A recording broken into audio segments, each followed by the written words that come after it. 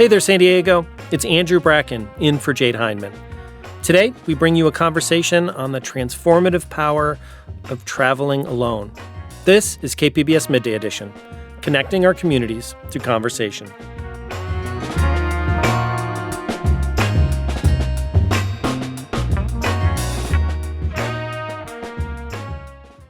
Have you ever embarked on a solo adventure? Traveling alone, really regardless of the ultimate destination, can be challenging, at times lonely, but also transformative. My next guest just released a book all about this. Her name is Paula Silverfarb, and she's based in Encinitas. Her book is called The Smart Woman's Guide to Successful Solo Travel. Paula, welcome to Midday Edition. Hi, Andrew. So just to start off, can you talk a little bit about what you feel are some of the benefits you get from traveling? Absolutely.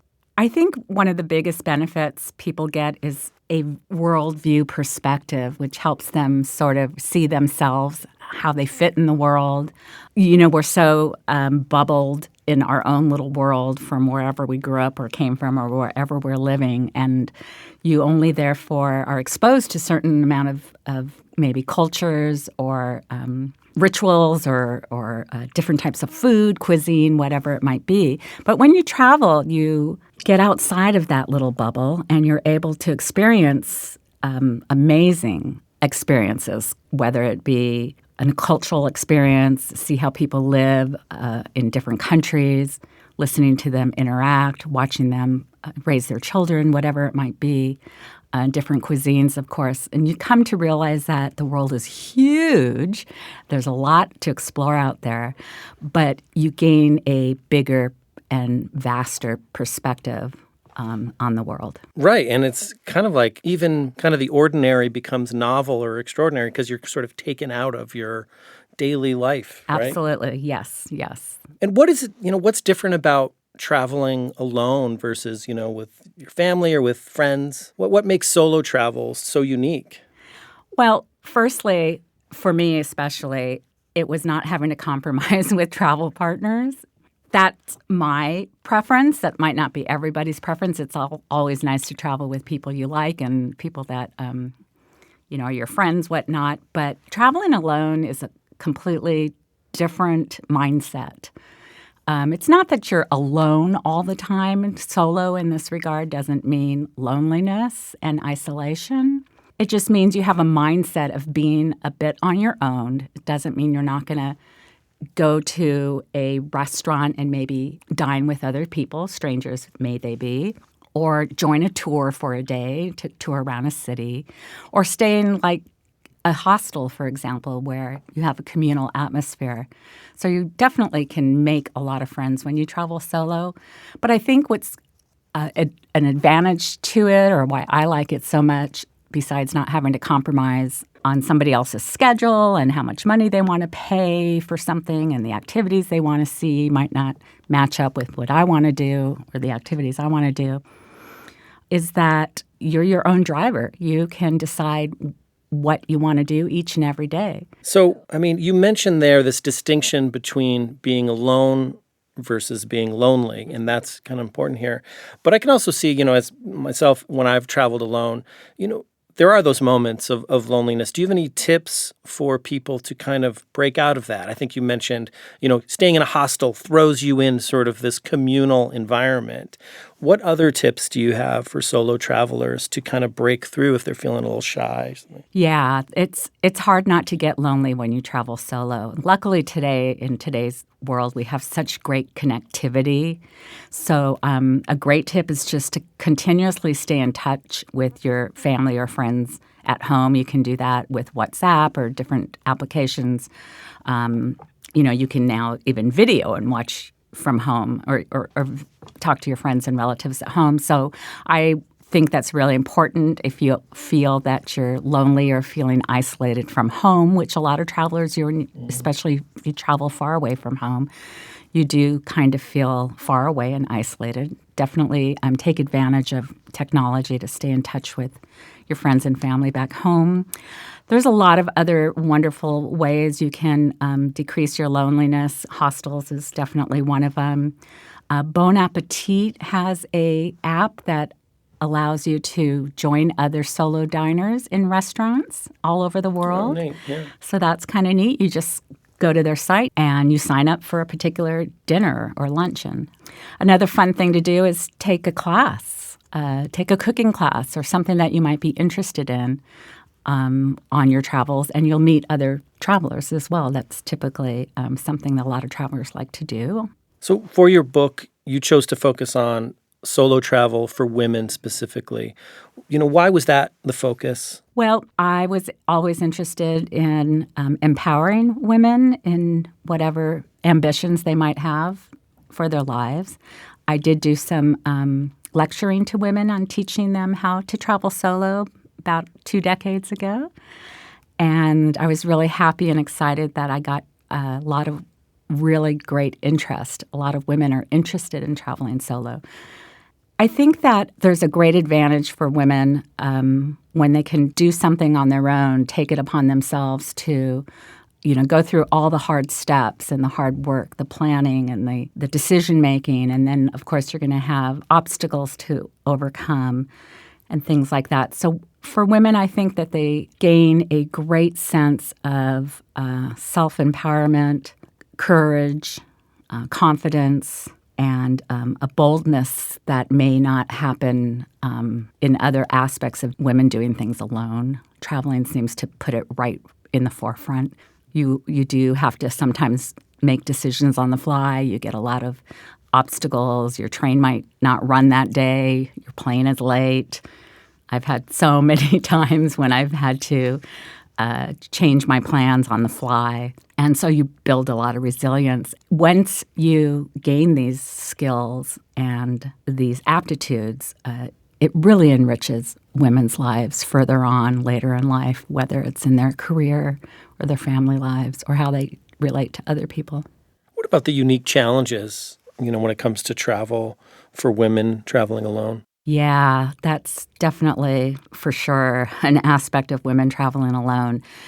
Number one is probably safety. Women are probably more vulnerable because they are women, and especially if you're not so confident to be out on your own and you can show that fearness, that can make you a bit of a target. So safety is a huge part of traveling alone as a woman. There are so many wonderful ways to prepare to be safe. You can kind of build your own little safety toolkit prior to leaving. You do want to do some practicing using some of these tools. For example, go away for a short weekend somewhere not too far from your home by yourself and do things like ride a bus. Don't just take Uber, but get involved in the atmosphere, use public transportation, things like that. No, I think, a pretty common thing about traveling is, getting lost, and you kind of have to figure Yes, things you out have to kind of figure on the things fly, out. right? You certainly do, yeah. So another challenge about traveling can be budget. Traveling without spending a lot of money or having that much money to spend, a lot of us just can't afford to do everything we might want to. What are your suggestions for travelers kind of managing those budget limitations? I have only traveled on a budget my entire travel career, which is going on probably about 45 years now. I've never traveled in luxury or even first class. Some of the keys are just make sure you understand what your budget is while you're planning your trip, because that will help guide you into what type of accommodations you can afford and what kind of activities you might want to pursue while you're traveling. You need to do a lot of research and planning. It's important, especially if you're going to stick to a budget. You always want to have your budget in mind so you can lay it out on a graph or a timeline, decide where you want to go, and then start looking for those things that you're going to be spending money on and choose wisely those things that will be affordable to you. So just constantly come up with your budget and try to stick to it. It's fine if you are not completely stuck to your budget, but you'll find plenty of options for sure to be able to stick to a budget. It's just going to take a little bit more planning and research. Earlier, we were talking about safety. Talk to me a bit more about this safety toolkit you mentioned. What are the elements there? First off the bat, it helps if you can take a self-defense course, even just for a day, even an online course, and just learn a couple of good moves, physical moves, that if you needed to get yourself out of a situation that is physical, you can have a couple of things to fall back on. It's just good to do. It's not always necessary. It might depend on where you're traveling to, but it's something just good for women to have in the one or two ways of knowing how to get out of a physical encounter situation. No means no in every country.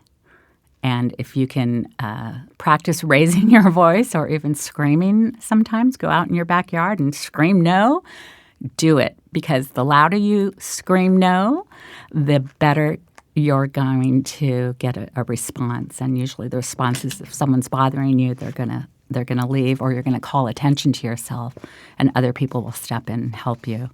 That's another good thing. Let's say you're walking down a street. If you appear like you're lost, say you're in a big city, or you're holding a map in front of you, you're kind of telling people that you're a visitor and you're not a local, obviously.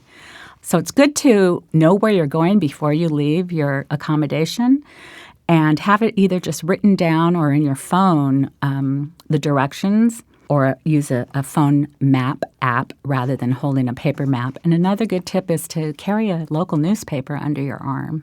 You want to look like you're not a tourist. So that's something to remember as a safety tip. You want to try to blend in to your environment and kind of fit in, yeah. So going back to, potential barriers of taking a trip, of traveling, one of them's time. I mean, we're all busy, like I have kids, everything, we have work, we have kids maybe. It can really be a challenge just to kind of make travel happen. How do you approach that, like making trips a priority in your life? Yeah, that's a tough one. Now that I'm a little bit older, my trips are fewer for many reasons. But if you like to travel, or if you think you're going to love to travel, you just need to carve out the time. It's not easy, but it's something that you have to sort of, I think, be proactive in doing. Because it's so easy to just let time go by and you say, oh, I wish I had done this or I had done that, or I went there and I missed out on this trip here. And just try to do it as often or as much as you can. And you've got to just plan and carve out that time for yourself. And say you make plans for a trip. Travel itself can feel overwhelming. It can be stressful to kind of plan it out. I don't know, even getting to the airport on time. There's potential stressors there, right? What are your tips for planning out vacations and not being overwhelmed in the process? Yeah, it can be very overwhelming, especially if you're new to it. One thing that's kind of helpful, I think, for a lot of people is go ahead and join some travel groups, online travel groups, or Facebook groups, for example. I still belong to a lot of solo travel women Facebook groups. And just, you don't even have to necessarily comment, but read what people are experiencing. I think that helps you get used to the process and understand that this is very doable. It just may take a little bit of effort, but there's so many other women who are accomplishing this. And it gives you a boost. It really does. And when you approach planning and how overwhelming this can be, take it slow, especially your first time around. Just do what's comfortable for you. Ask for advice from other people. That's helpful, like I said, from these groups or other travelers. And take your time planning and researching. Try to allow it to be an exciting venture for yourself so that you're planning something that you're going to have for yourself. And it's going to be exciting.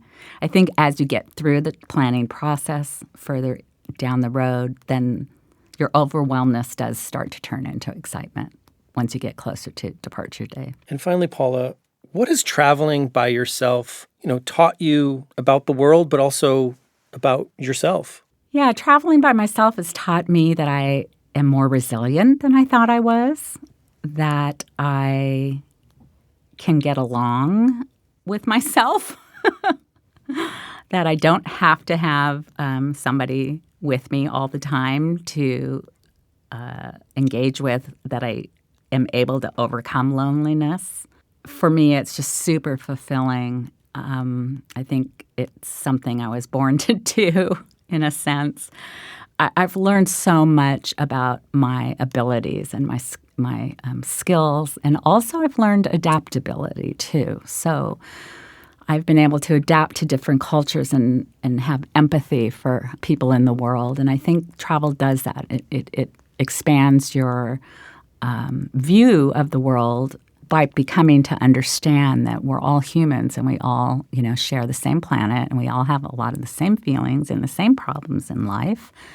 And you gain a perspective of empathy, care, and thankfulness. Well, congratulations on the book. I've been speaking with Paula Silverfarb. She's an author based in Encinitas. Her new book is called The Smart Woman's Guide to Successful Solo Travel, and it's out now. Paula, thanks for being here. Thanks so much. It was great.